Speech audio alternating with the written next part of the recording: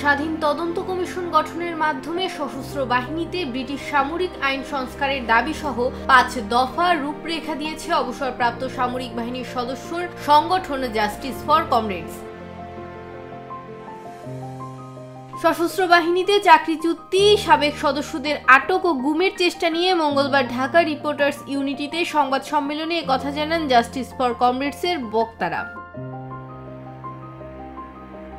এ সময় বক্তারা বলেন, যারা সাবেক কর্মকর্তাদের গ্রেপ্তার করেছে তাদের আইনের আওতায় নিয়ে আসতে হবে। পতিত শেখ হাসিনার দোসররা বিভিন্ন বাহিনীর মধ্যে থেকে দেশে বিভাজন তৈরি করার চেষ্টা করছে বলে অভিযোগ করেন বক্তারা।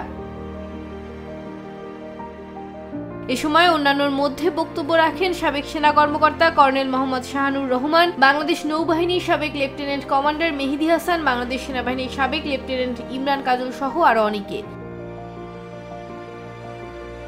ডেস্ক রিপোর্ট, ভোরের পাতা।